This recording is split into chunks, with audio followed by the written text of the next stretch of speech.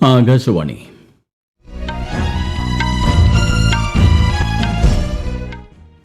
നമസ്കാരം.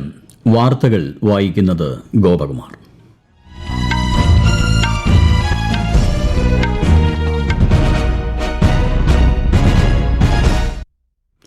പ്രധാന വാർത്തകൾ. ജനാധിപത്യ വ്യവസ്ഥ രാഷ്ട്രവികസനത്തിന് ഊർജ്ജം പകരുമെന്ന് ഇന്ത്യ തെളിയിച്ചതായി പ്രധാനമന്ത്രി നരേന്ദ്രമോദി. പൊതുജനക്ഷേമമാണ് കേന്ദ്ര സർക്കാരിന്റെ നയമെന്നും പ്രധാനമന്ത്രി. രാഷ്ട്രപതി ദ്രൌപദി മുർമുവിന്റെ 2 ദിവസത്തെ പഞ്ചാബ് സന്ദർശനത്തിന് തുടക്കമായി. രാജ്യവ്യാപക പ്രക്ഷോഭം തുടരുന്നതിനിടെ വാണിജ്യ വിമാനങ്ങൾക്ക് ഇറാന്റെ വ്യോമാതിർത്തിയിൽ ഏർപ്പെടുത്തിയ നിയന്ത്രണങ്ങൾ നീട്ടി. ഇറാനിൽ നിന്ന് ഉടനടി മടങ്ങണമെന്ന് ഇന്ത്യൻ പൌരന്മാർക്ക് നിർദ്ദേശം. 78ാം കരസേനാ ദിനാഘോഷ നിറവിൽ രാജ്യം. ധീര സൈനികർക്ക് ആശംസകൾ നേർന്ന് രാഷ്ട്രപതി, ഉപരാഷ്ട്രപതി, പ്രധാനമന്ത്രി ഉൾപ്പെടെയുള്ള പ്രമുഖർ. സമൃദ്ധിയുടെയും പ്രതീക്ഷയുടെയും സന്ദേശവുമായി നാടെങ്ങും മകരപ്പൊങ്കൽ ആഘോഷങ്ങൾ. വനിതാ പ്രീമിയർ ലീഗ് ക്രിക്കറ്റിൽ മുംബൈ ഇന്ത്യൻസ് ഇന്ന് UP വാരിയേഴ്സിനെ നേരിടും. വാർത്തകൾ വിശദമായി. രാഷ്ട്രപതി ദ്രൌപദി മുർമുവിന്റെ 2 ദിവസത്തെ പഞ്ചാബ് സന്ദർശനത്തിന് തുടക്കമായി. അമൃത്സറിലെ ഗുരുനാനാക്ക് ദേവ് സർവകലാശാലയുടെ 50ാമത് സുവർണ ജൂബിലി ബിരുദദാന സമ്മേളനത്തിൽ രാഷ്ട്രപതി മുഖ്യാതിഥിയാകും. ജലന്ധറിലെ doctor BR Ambedkar national institute of ടെക്നോളജിയുടെ 21ാമത് ബിരുദദാന സമ്മേളനത്തിൽ ശ്രീമതി മുർമു നാളെ പങ്കെടുക്കും. സൈബർ സുരക്ഷ, 5G ആൻഡ് ബിയോണ്ട് എന്നീ മേഖലകളിലെ 2 മികവിന്റെ കേന്ദ്രങ്ങളും രാഷ്ട്രപതി രാജ്യത്തിന് സമർപ്പിക്കും. പൊതുജനക്ഷേമമാണ് കേന്ദ്ര സർക്കാരിന്റെ നയമെന്ന് പ്രധാനമന്ത്രി നരേന്ദ്രമോദി.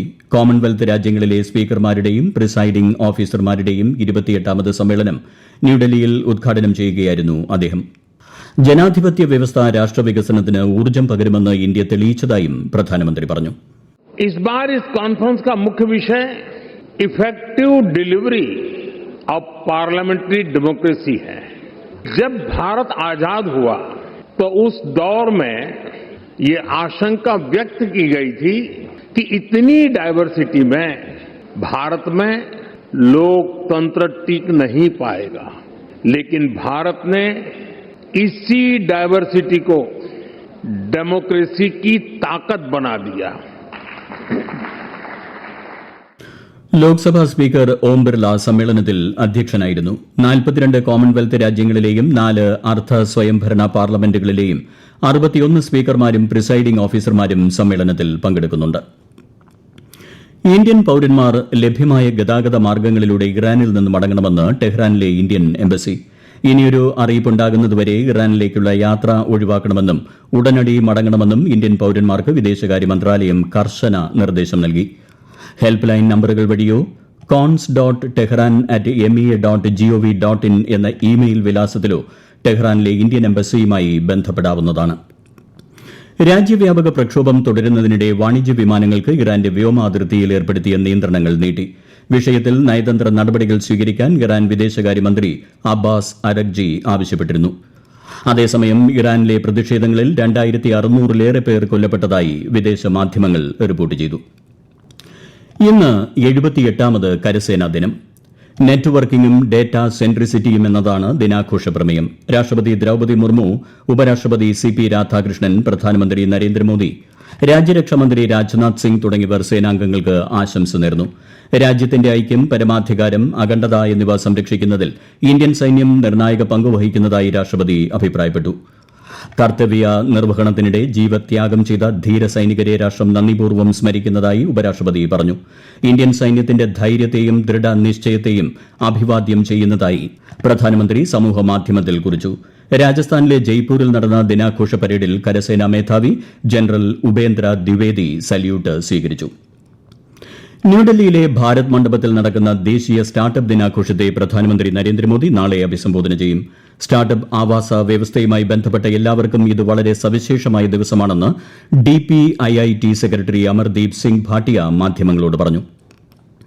പാർലമെന്റിന്റെ ബജറ്റ് സമ്മേളനം ഈ മാസം 28-ന് ആരംഭിക്കും. രാഷ്ട്രപതി ദ്രൌപദി മുർമുവിന്റെ നയപ്രഖ്യാപന പ്രസംഗത്തോടെയാണ് സമ്മേളനത്തിന് തുടക്കമാവുക. ഫെബ്രുവരി 1-നാണ് കേന്ദ്ര ബജറ്റ്. ബജറ്റിന് മുന്നോടിയായുള്ള സാമ്പത്തിക സർവേ ഈ മാസം 29-ന് പാർലമെന്റിൽ സമർപ്പിക്കും. 28 മുതൽ ഫെബ്രുവരി 13 വരെയും മാർച്ച് 9 മുതൽ ഏപ്രിൽ 2 വരെയും 2 ഘട്ടങ്ങളായാണ് സമ്മേളനം. കയറ്റുമതിക്കായി സംസ്ഥാനങ്ങൾ എത്രത്തോളം സജ്ജമെന്നത് അടിസ്ഥാനമാക്കി നിതി ആയോഗ് പുറത്തിറക്കിയ സൂചികയിൽ മികച്ച നേട്ടം സ്വന്തമാക്കി മഹാരാഷ്ട്രയും ജമ്മുകാശ്മീരും. തമിഴ്നാടിനെ പിന്തള്ളിയാണ് മഹാരാഷ്ട്ര ഒന്നാമത് എത്തിയത്. പട്ടികയിൽ 11ാം സ്ഥാനത്താണ് കേരളം. ഈ വാർത്തകൾ ആകാശവാണിയിൽ നിന്ന്.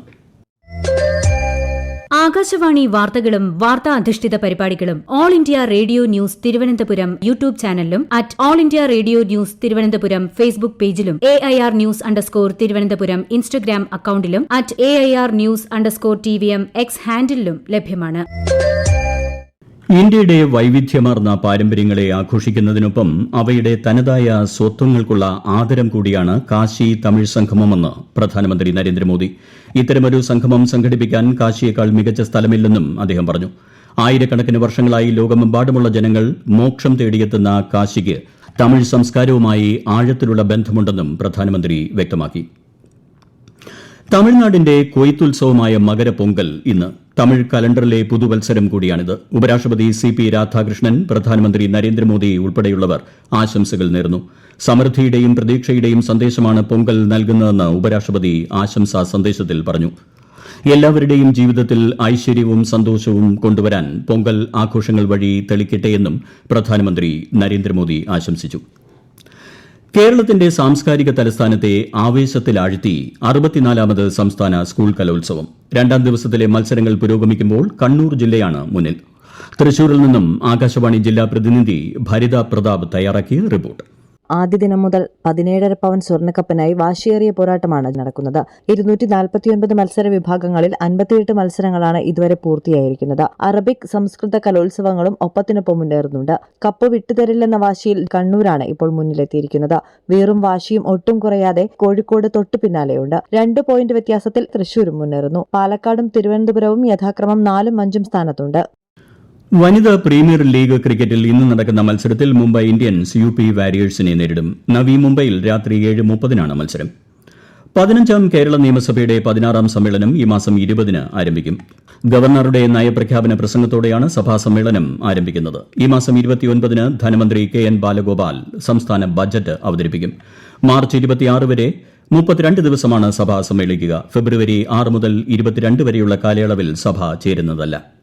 മകരവിളക്ക് കാലത്തിന് സമാപനം കുറിച്ച് ശബരിമല ക്ഷേത്രനട ഈ മാസം 20-ന് അടയ്ക്കും. ഇന്നു മുതൽ മകരമാസ പൂജകൾ ആരംഭിക്കും. 19 വരെ മാത്രമേ ഭക്തർക്ക് ദർശനം അനുവദിക്കുകയുള്ളൂ. 20-ന് രാജപ്രതിനിധിക്ക് മാത്രമാണ് ദർശന അനുമതി.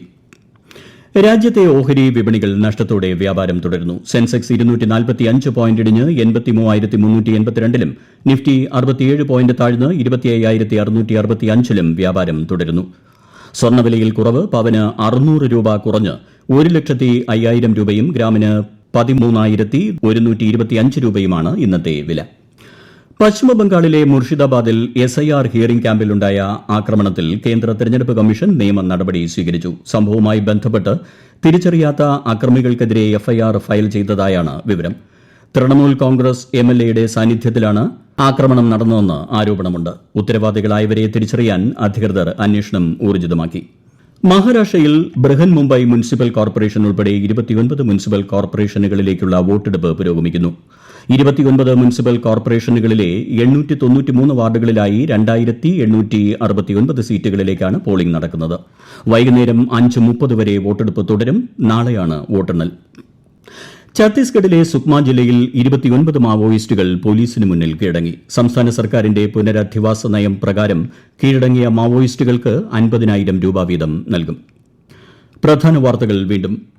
ജനാധിപത്യ വ്യവസ്ഥ രാഷ്ട്രവികസനത്തിന് ഊർജ്ജം പകരുമെന്ന് ഇന്ത്യ തെളിയിച്ചതായി പ്രധാനമന്ത്രി നരേന്ദ്രമോദി. പൊതുജനക്ഷേമമാണ് കേന്ദ്ര സർക്കാരിന്റെ നയമെന്നും പ്രധാനമന്ത്രി. രാഷ്ട്രപതി ദ്രൌപദി മുർമുവിന്റെ 2 ദിവസത്തെ പഞ്ചാബ് സന്ദർശനത്തിന് തുടക്കമായി.